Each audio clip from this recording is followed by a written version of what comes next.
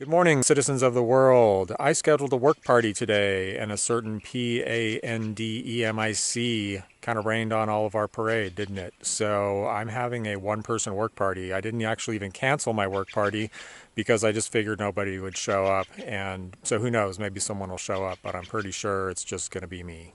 This work party is to work on my apple breeding project, which is rather large, rather behind in different ways. Like there's stuff that I've just never done, stuff that I would like to do. There's expansions that need to be made. I have this big trench to deal with back here, just a lot of different stuff. So the first thing we're going to do is walk around and look at each thing that I'm going to do, like each task.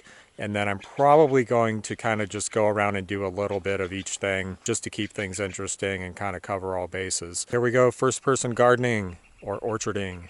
Let's do it.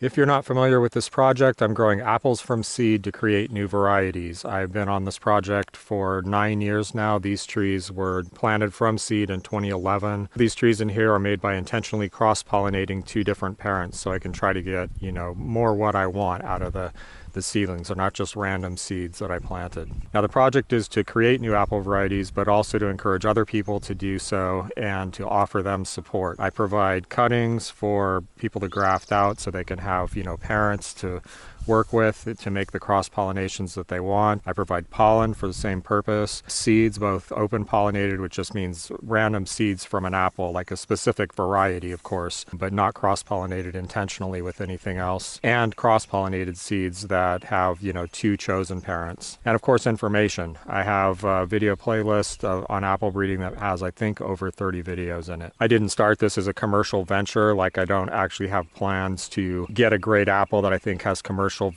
potential and patented and everything. I will consider doing that because this has cost me a lot of time and money so far, and if it'll support me here on the homestead and support the project and other important projects. I'm like a gentleman farmer without the gentleman part and without the funds. But basically that's not a goal, and that's not something I expect to happen. It's basically an altruistic project. I don't plan on making any money off of it. In fact, I plan to continue dumping money and time and energy into it without really getting anything back. But anyway, let's take a look at what we're going to do today. These are the oldest rows. They were intended to be trellised up on wires. So that's one thing that I would like to get done because as you can see, they're just falling all over the place and stuff, and they need to be tidied up, pruned up, and just made so that you can function in here and there's a little bit more light and it's less messy. I've already started chopping out a few trees. Here's one right here, so I want to remove those stumps today. Reducing weed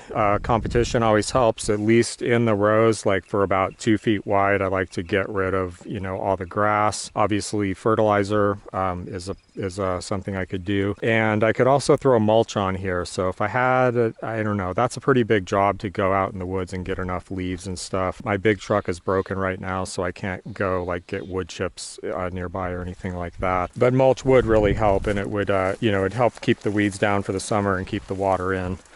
This is going to be another row, and I started it already, but it's going to require a lot of extra dirt. You can see how low this spot is down here compared to the middle right there. I need to maybe move some of this dirt around, but basically in order to make a terrace that's similar to these up here, I'm going to have to import a lot of dirt. And I do have a project in mind that is going to require some removal of topsoil to build this little driveway thing, and so I can take the dirt from that and move it out here, and that could happen, but I don't think I'm going to plant this anytime too soon, so I'm probably going to put that one off. As you can see, I have a lot of hillside here still that I could kind of keep going down and terracing. But all of that, in order to do it the way I would like to do it and have it pretty nice and tidy like these up here, I do need to import a lot of topsoil. So one thing that would really help is to get in some irrigation. I left this edge wide enough to walk, and the edge on that end wide enough to drive the big truck through. So that's about 10 feet wide. So I'd run an irrigation line, like a main line, 3/4 or bigger, down through here, and then run lines going off this way. I have some drip stuff. I did throw this soaker hose in just to see if it would help at all, and it was completely useless. Soaker hose is terrible. I don't know what system I'm going to use, but I'm thinking I might, after I run the trellis lines, just run a hose along the bottom wire and put drip on maybe every tree or in between the trees or something like that. I think that could work pretty good. The good thing about that is you don't have anything laying on the ground that you're going to cut, you know, when you're hoeing weeds and stuff like that. It just keeps everything out nice and out of the way. So I kind of like that idea. I'm probably going to be looking at that. And that would really make this project go off a lot better, because right now, in order to water these, I crawl through here with a sprinkler that maybe does 10 feet at a time. And so then I have to do like 1, 2, 3, or 4 moves to do like 2 rows. And it's just like, that just does not work well. And I have to like set a timer and run back out here and move it. There's this project. So this is going to be 3 different ratios of charcoal buried in the soil to test that.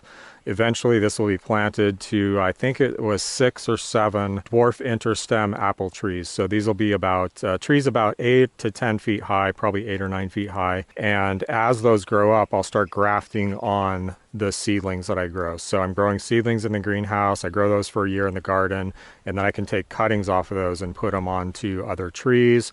Or in this case, I put them on a dwarfing rootstock and plant them in rows. And then I'll work onto those, and I'm trying to like figure out how, if it's going to be possible to get the seedlings to fruit early by grafting onto these trees in different ways. Like once the trees themselves come into bearing, then I'll start grafting the seedlings onto them. We'll have to talk about that more and what my plans and experiments are going to be. But for now, I have to mix all of this soil. That's the topsoil, and this is the subsoil. I have to mix all this soil back in here, mixed with charcoal and whatever else I'm going to put in there. And it has to be measured. So it's a pretty big job. Like I can't just get the tractor and push that stuff back in. It's going to be, you know, so many scoops of this and then so many scoops of that. The other problem is that since I need to keep it clean percentages, you know, the first one here is probably going to be 15%, then 10, then 5. I need to make some kind of barrier in here that's going to keep these mixes separate, basically, as I put them together. That stake there and this stake here mark the other row that's going to be the same dwarf interstem trees. And I can't use this until I get that dirt off. Now, the other problem is I have 50 apple rootstocks and a dozen cherry rootstocks. Also like a bunch of almond seeds I want to plant for rootstock, cherry pits that I want to plant for rootstock, loquat trees I'd like to grow from seed, and some walnuts. So what I want to do is make this row here into a big nursery row. So this will be a nursery for trees that are going to get planted later. So I have 250 seeds planted in the greenhouse. So let's say 200 of those grow. I need space for 200 seedlings spaced about 6 inches apart in here, and then all that other stuff.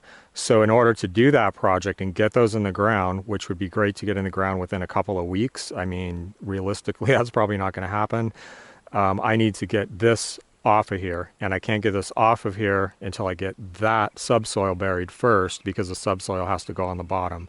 So as you can see, this is quite a job, this pit here. And also this, because once this is free and all this dirt is gone, I still have to make this into the row that I want it to be. So at the very least, I'm going to have to dig it and get it weeded out and dug up a little bit and get some kind of, fertilizers and stuff on here. Okay, one more thing about this pit. This pit won't likely be planted to any trees this year. What I want to do with this pit is grow a crop of corn. I'm trying to really ramp up my food production here this year. And I think this is a perfect opportunity to get this pit in place and just grow corn on it and feed it a lot this year and get it kind of like broken in a little bit for the trees. It'll probably go in there the following year. So the trees I'm going to plant here will be grown in this nursery row just to get them started and ready. Now that nursery row is going to house a bunch of trees besides stuff for this project on projects like mostly training trees, like training fruit trees. And so we'll be following those trees for a couple of years, 2 to 3 years, to just train them up and test some theories and methods and ideas and demonstrate those. So pretty big project. If I just worked on this today, there's no way in hell I would finish it. It's a little daunting, but we just got to start and see what happens. So for this project, I need to get some charcoal out here. I have a lot of crushed charcoal. Hopefully I won't have to crush too much more, but I probably will. So I need to move that stuff out here so it's ready, and I need to deal with this like barrier thing. All right, so let's look at what else is on here. Aside from counting all these seedlings, I also want to re-tag them because some of the tags have fallen off. Like for instance, this tag fell off. There's a wire here, but no tag. So I want bigger tags that I can write more notes on. So if I'm ever carrying a pencil out here, tasting the apples, like observing how much scab they have, other disease things, growth habits, anything like that, I can write them on these large tags. So I do want to retag all those. That's a pretty low priority, and I can make the basic tags in the evening inside and then just come and put them on later. Almost lastly, the trees that are going in here, a bunch of those need to be grafted. So the M111 rootstocks, I have about 50 of them. I would like to get those all grafted this year. Most of them are going to be grafted to, I think, my seedling apple bite me or some other variety, and they'll be used for tests in training trees. And then when the trees are all grown out, I'll sell them to help fund the project. These are the apple seedlings, all the different crosses. There's about, I think, 25 or so up right now, but there's more coming up every day. So they'll be up pretty soon. There's nothing to do with these right now until they're up and have a few true leaves. So in about a month or so, I'll probably be moving these out if that row is ready to the nursery row to grow for a year.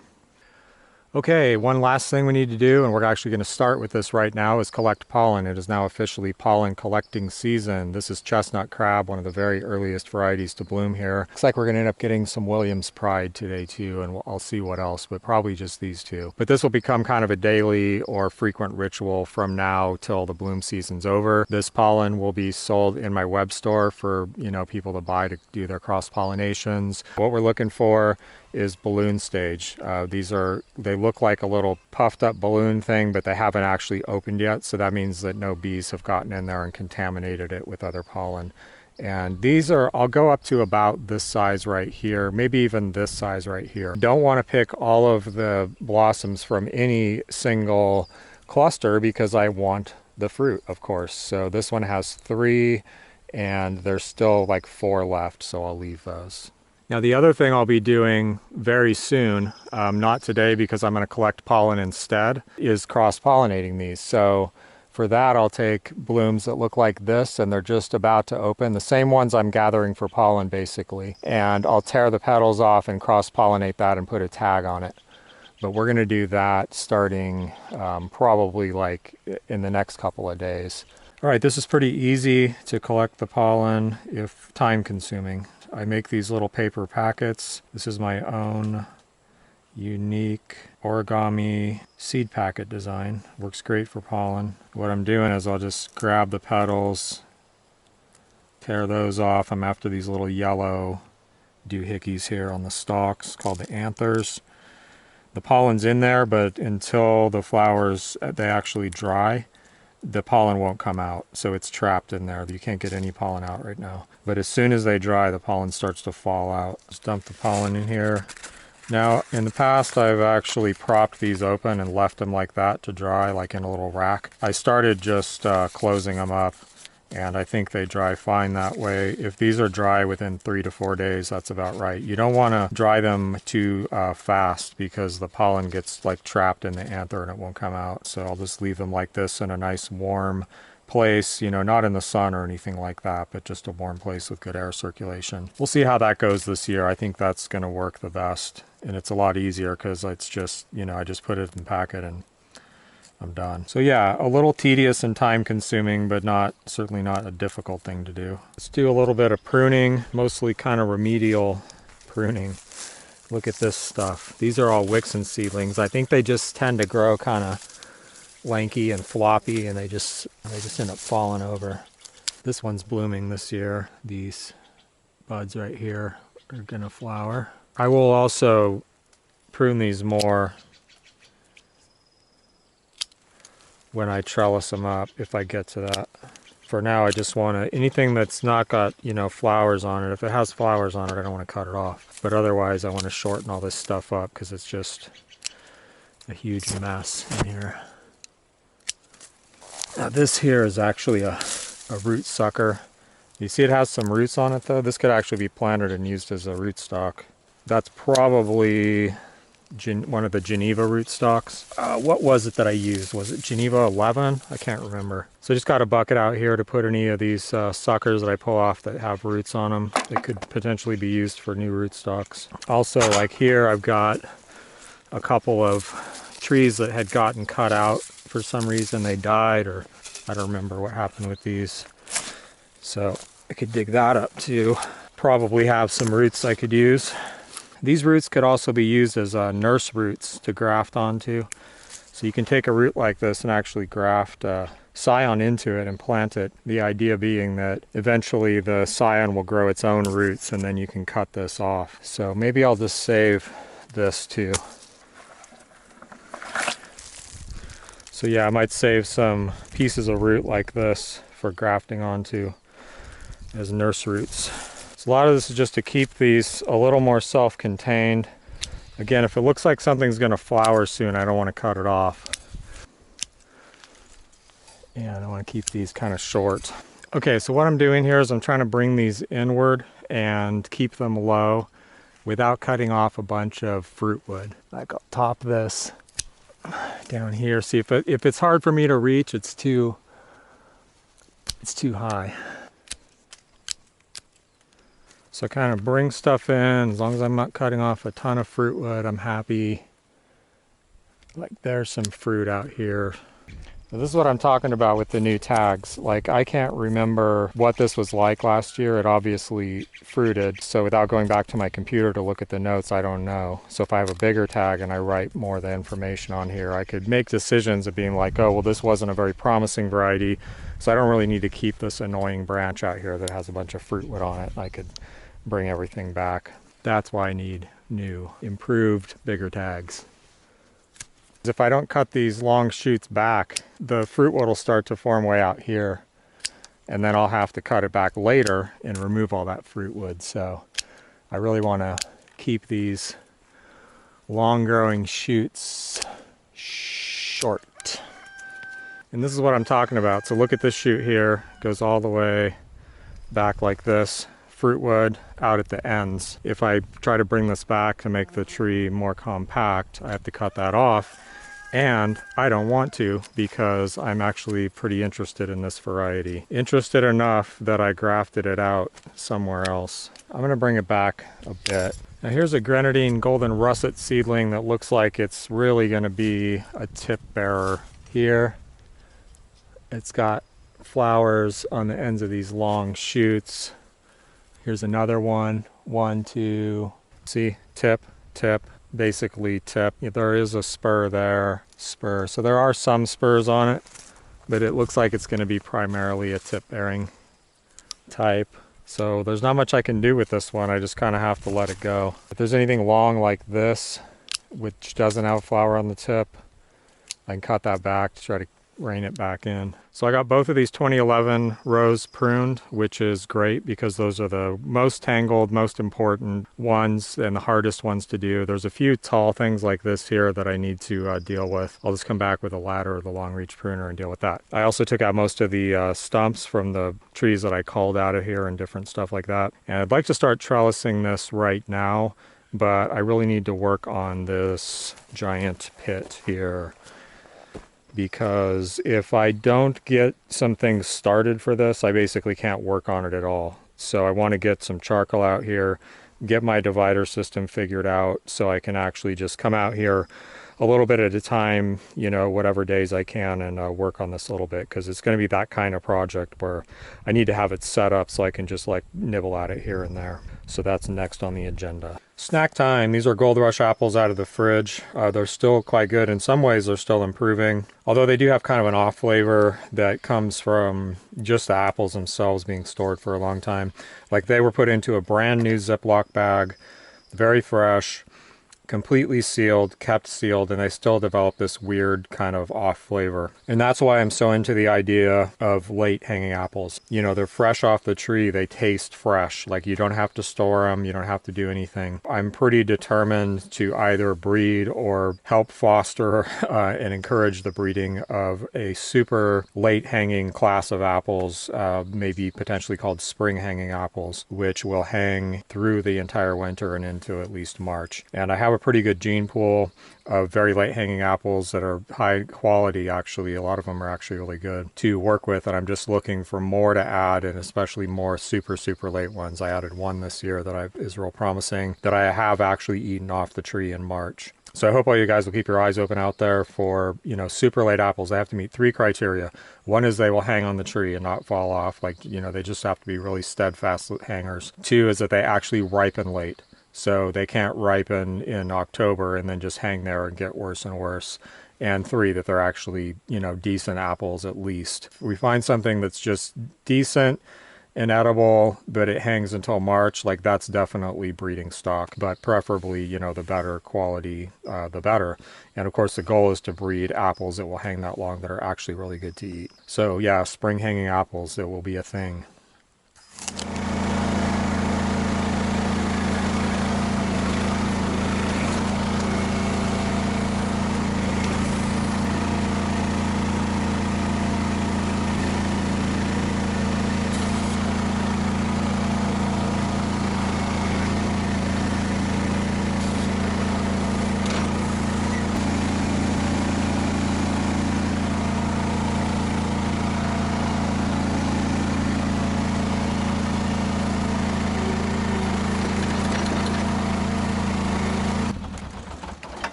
This is not really gonna be easy to just scoop up. I can try to sort of pile it up a little more so it's easy to scoop, but I think there's just gonna be a lot of shoveling involved here.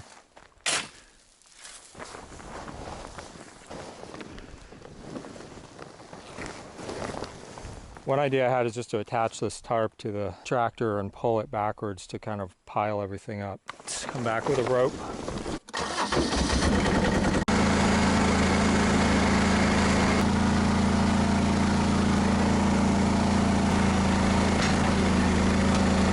So when charcoal is damp like this is the perfect moisture level. It doesn't really put off a lot of dust. If this was putting off a ton of dust, we'd see it floating around in the sunlight. Because obviously you don't want to breathe a whole bunch of carbon.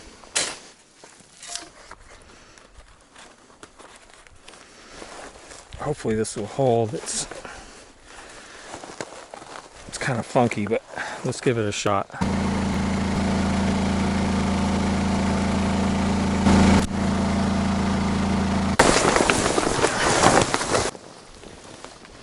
Well, that should be a little easier.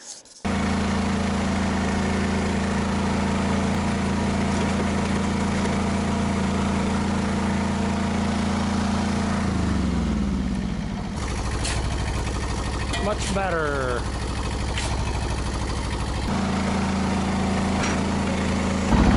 So this is black strawberry, and unfortunately I am not seeing any blossoms. It bloomed a lot last year. That's too bad. Well, there's one. Okay, so there's at least going to be a little bit of blossom on here. So I know I'm going to use all this charcoal and more, so I'm just going to stick my headphones on and hunker down here and get all of this moved. And I'm putting it into discrete piles where I want it. I'm going to do this and then we'll hopefully get on to something else. Got my charcoal done over there. I had an idea. Since I need to cut this roadbed, it's too tilted. Like getting the tractor down here is dangerous. Like if you get too much on a slope and hit a rock or something, like there's a rock right there that I hit earlier. This thing is not very stable. You know, normally you'd kind of like take the dirt from this side and put it over onto this side, fill in the downhill side. I think I mentioned this in another video, like the last video recorded, but I'm always looking for topsoil that I can take advantage of and move to somewhere where I need it. And I need topsoil down there to build that terrace I was talking about. So what I really should do is use the tractor to cut this high side off and take it down there and dump it. Now the problem is that this bucket doesn't tilt, so you have to kind of get a place where you can get the tractor on and drive that's the right pitch, like, you know, that's the right level. And once I cut that by hand, then I can start using the tractor bucket to cut ahead of me and hopefully maintain that. So I'm going to actually try to take a cut right now because it's flattish right here where I'm at, and just see how it goes.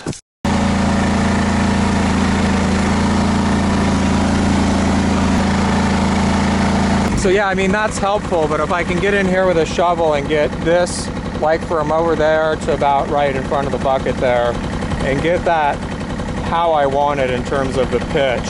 Then when I drop the bucket and I'm driving on this thing that is what I want it to be, then it should just skim off the high side more, not take so much off the low side. I'm tempted to do that today because this leaks oil and I already put oil in the front axle. By morning that's all going to be leaked out and I'll have to fill it again. But I kind of want to get on this project and this is more important. So yeah, I think this is going to have to wait. I'm going to just see if I could drive this down there and dump it. This little road bed is going to continue all the way down. There'll be a gate there eventually and it'll go down maybe pretty far. So between finishing this whole roadbed section, I'll probably have enough to at least build this terrace out how I want it. But that's going to have to be another day. It's just because it's a low priority, even though I kind of want to work on it now. So 3 scoops, 4 scoops, 5 scoops and change. I don't know how much I need, more than that. I do have this char though.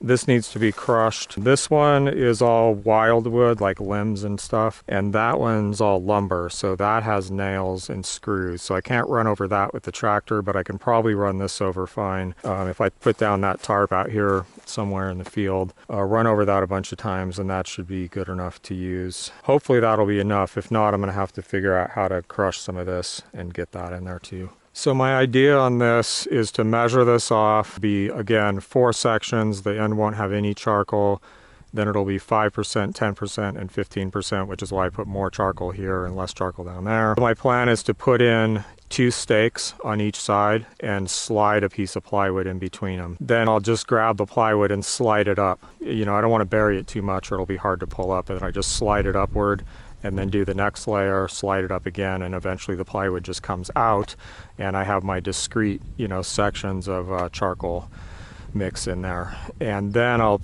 probably take the stakes out if I can pull them, or I can always just leave them if I can't get them out. I need 12 stakes. I'll see what I have already. I'd sort of prefer to use these old, funky stakes if they'll work, because they're only gonna last another year in the garden anyway. Just use them in here and not even dig them up, just leave them to rot. Let's measure this off. If you are ever lucky enough to see one of these used, grab it. I was lucky enough to find a couple of them once. Man, these things are awesome. It's a Spencer tape.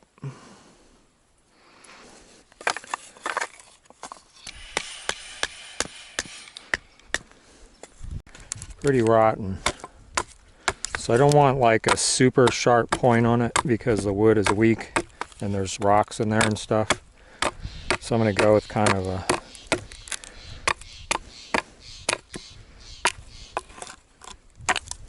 bluntish but pointy and good.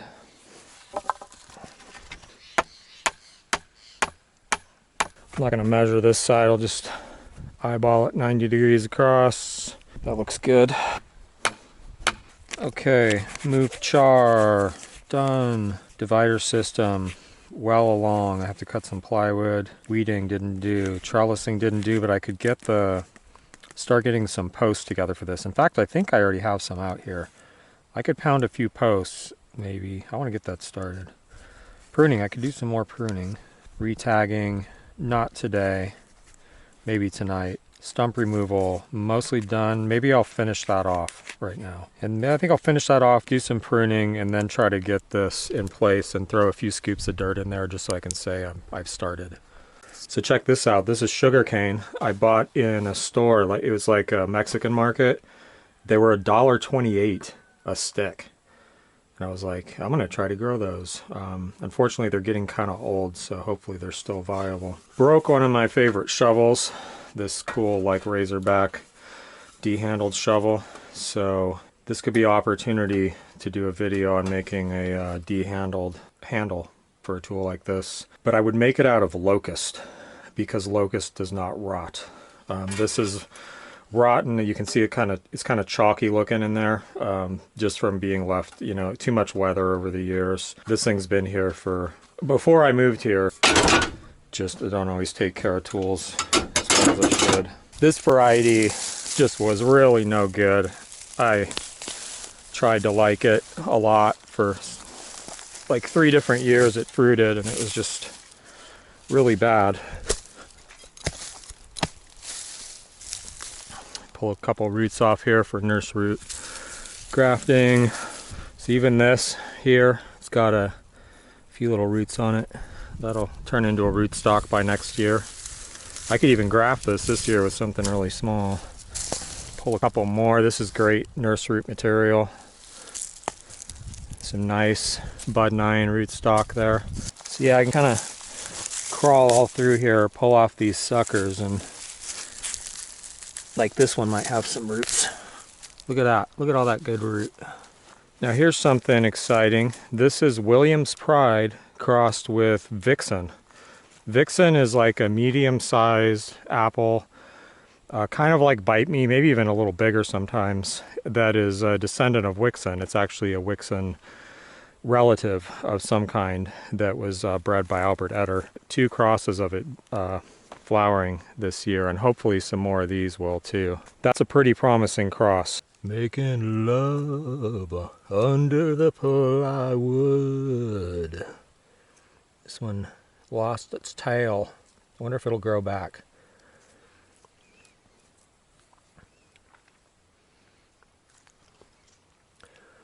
Making love. So there we go, the first one slides up and down pretty easy. 2 more to go.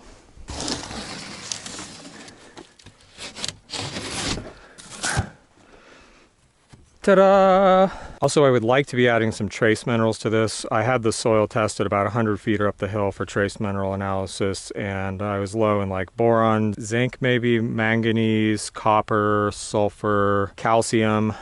So I probably should get like a few bags of oyster shell. I'm going to look into getting those minerals really fast, see how fast I can get them mailed, or if I could find them in town somewhere. There's another thing about this project is that I'm going to bury all this charcoal in here, and it's going to suck nutrients out of the soil.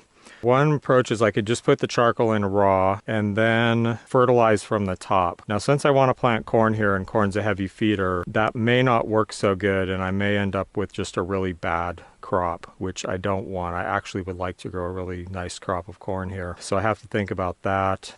But that was a good accomplishment. I think I'll just put a couple tools away here and get back on the tractor and work on this little roadway. Just while the tractor's warmed up, I want to work on this a little bit. What I'm going to do is from about right there down to where it's scraped, I'm going to pull some of that soil off. And once that's the angle that I want it, when I drop the tractor bucket, it should be at the right angle to cut the rest of this, and then I can just scooch forward, cutting a little bit at a time. A heavy grub hoe like this, fantastic tool.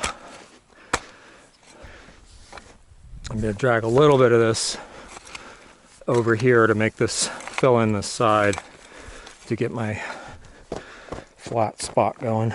Fill this in a little bit, but again, I want to salvage as much of the topsoil as I can, but this will get me on the tractor quicker. These hoes are great for grubbing out, like, you know, bushes and small trees and stuff to get the roots out. They're good for just pulling dirt around. They're good for grading.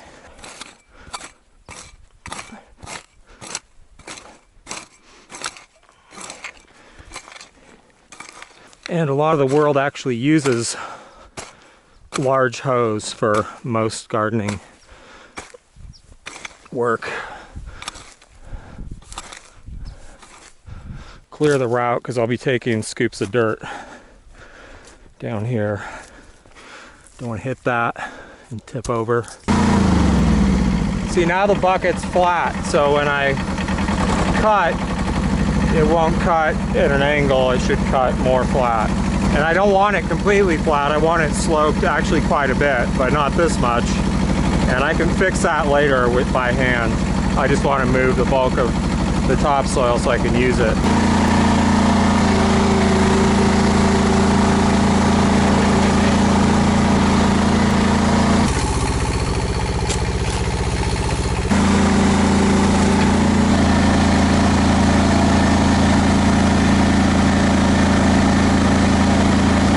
So pretty rough, but that's definitely a big improvement. I can easily drive the tractor down here, clean it up later with the hoe, and finish it up, make it a little bit wider, fill this outside edge with, you know, more like rocky subsoil from some other project. Once I get this in here, I'll actually be able to turn this corner and drive the tractor down there and dump dirt on that end, because I need a bunch more dirt on the other end of this terrace too.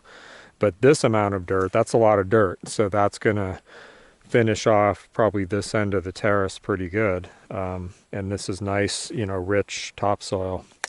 Good stuff. So that's great. That's going good. I pruned these 2 rows, so the last thing I'm going to do here this evening is just run through here and do a little pruning. I also pulled most of the suckers off. Like here's one that I missed, but for the most part I got the suckers off too.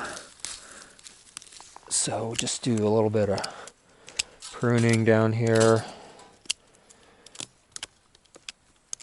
Get rid of some of this immature wood.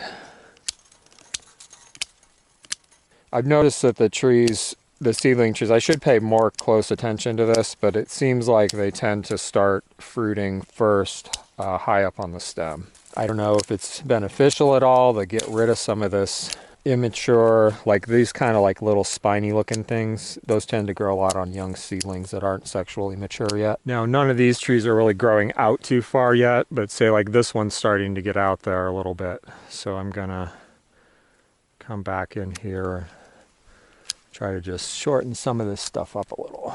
Keep it close to the trunk. Especially the stuff that's sticking out into the path. Maybe keep up on this batch of trees a little better than I did on the last one, so I don't end up with that situation again where I have to go in and take out like fruiting wood that's sticking way out there because I never kept the plants contained in the first place. Really noticing that they don't seem to flower and fruit first on this lower growth. So I think once that stuff grows a little bit and the tree starts to stretch out, it's probably best to just cut that stuff off. Even these here, I mean, eventually those are probably going to grow up and start producing fruit, but I think it just seems to make more sense to drive the growth up into the top of the tree where it may be becoming more mature. If it grows from a seed, it's a baby, it's like a juvenile, and it has to grow up and go through, you know, puberty basically. And until that happens, you know, it's not going to produce any fruit. And I think all this growth down here is just like, it's like this juvenile type of growth, and it just doesn't have what it takes to flip over into the state we want it in. So for now, I'm going to kind of assume that it's best to get rid of a lot of this lower growth. Scott F. Smith, who runs the Growing Fruit forums, which I highly recommend.